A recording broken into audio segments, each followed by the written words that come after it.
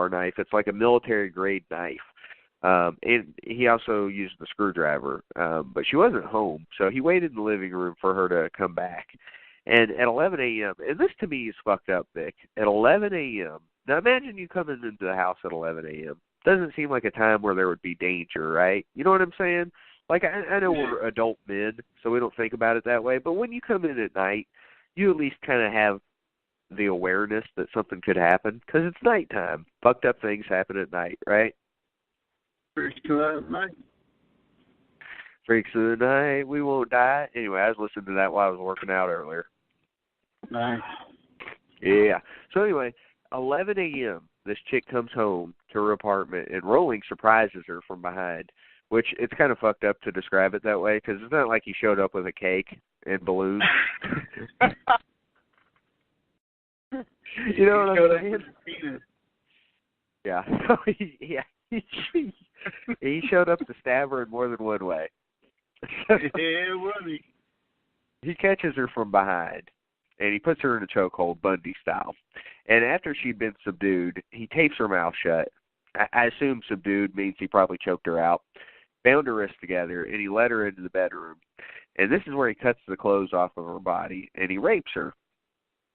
And just like in the Powell murder, he actually forces her face down and stabs her in the back, which ruptures her heart and kills her.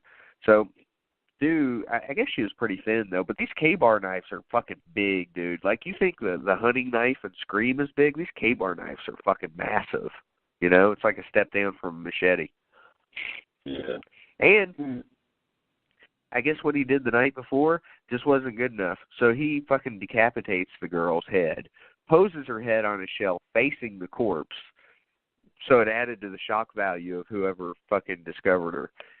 And like I said, this is what puts him down in history. I realized that, you know, Ghostface, the Scream series, is based on him, and that's a big deal. But I think these things, him fucking with people, is what sets him apart.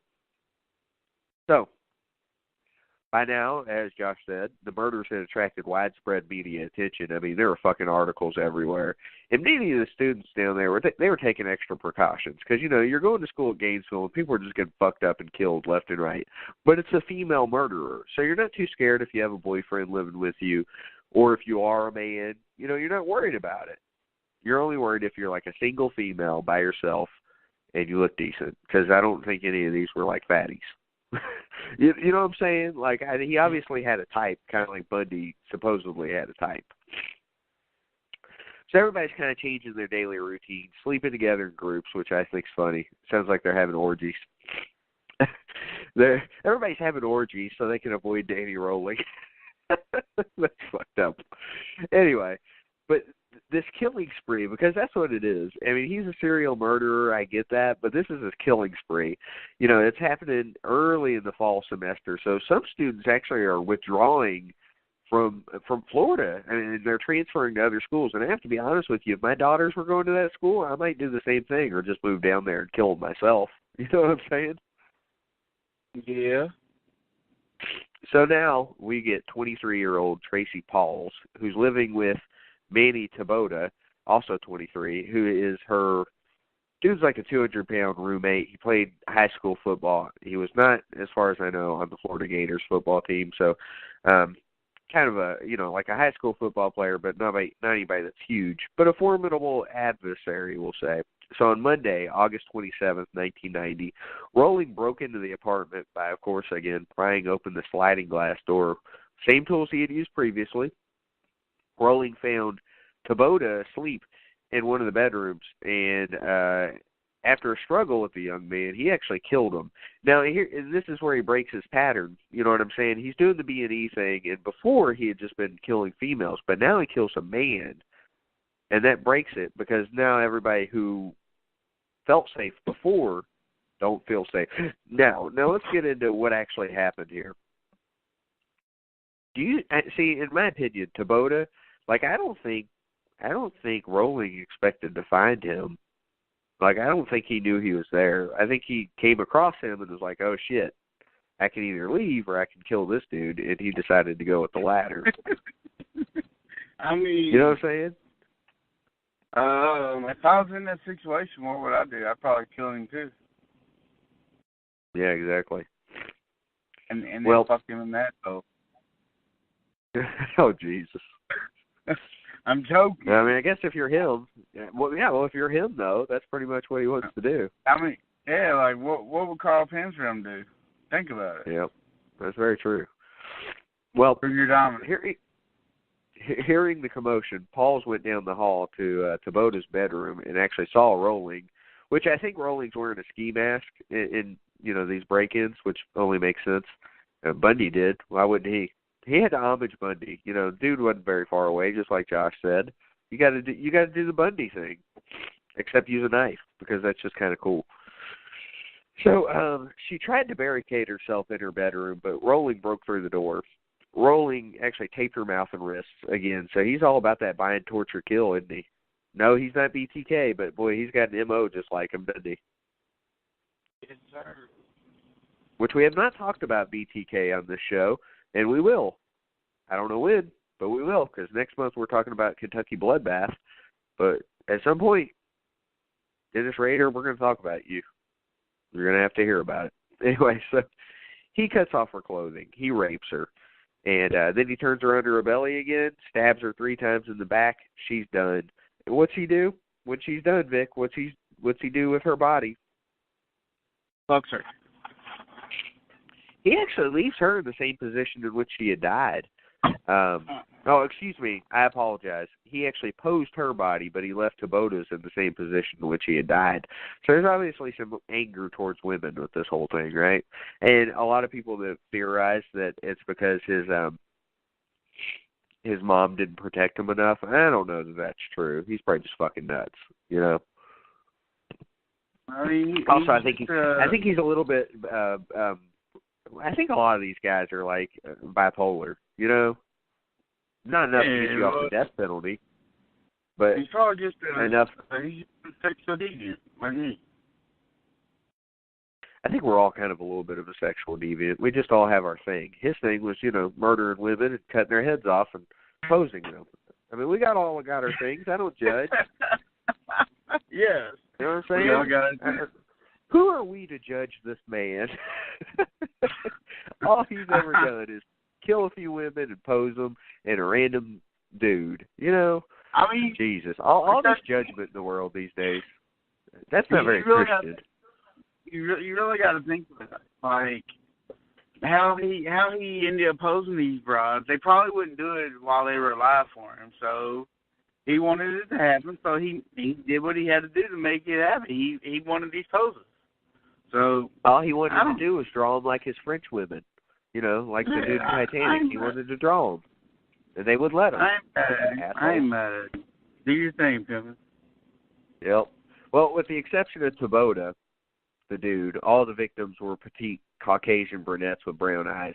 And we get into a situation where it's like with Son of Sam, but there's not really enough time for these people to start cutting their hair and doing all that crazy shit, because plus Tabota broke the pattern. So people aren't sure what to do. Law enforcement authorities initially had very few leads. I mean, they didn't know what the fuck was going on. They're getting all sorts of calls. In fact, the phones were so jammed, people couldn't even call their kids down there because, the lines were completely jammed up with people that are just freaked, which I can imagine. It's a small town, college town, but not like maybe a party town. At the time, I don't know if it is now. It probably is. Everybody's probably fucking torn up and getting shot by Eric Hernandez. If he was still alive, that is. He's dead. Yeah. Well, like I said, they did identify 2 suspects. One was a University of Florida student, Edward Humphrey, who is their, prime suspect throughout this whole thing, Vic. He is the fucking prime suspect. They thought for sure it was this guy. He had a history of mental illness, and he had numerous scars on his face from a car accident. And so this dude has the ideal image, when the news talk about the investigation. They fucking railroaded this dude. However, let me just say, step back a second about this Ed Humphrey guy, because a lot of people feel bad for him because he was railroaded. You know what he got arrested for in the first place, and that they tried to keep him as long as they could to see if he was the Gainesville Ripper? He beat up his grandma. He beat up his grandma.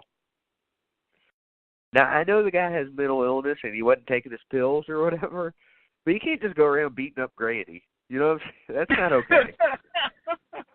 You just can't beat Granny's ass whenever you feel like it. I mean, who does that?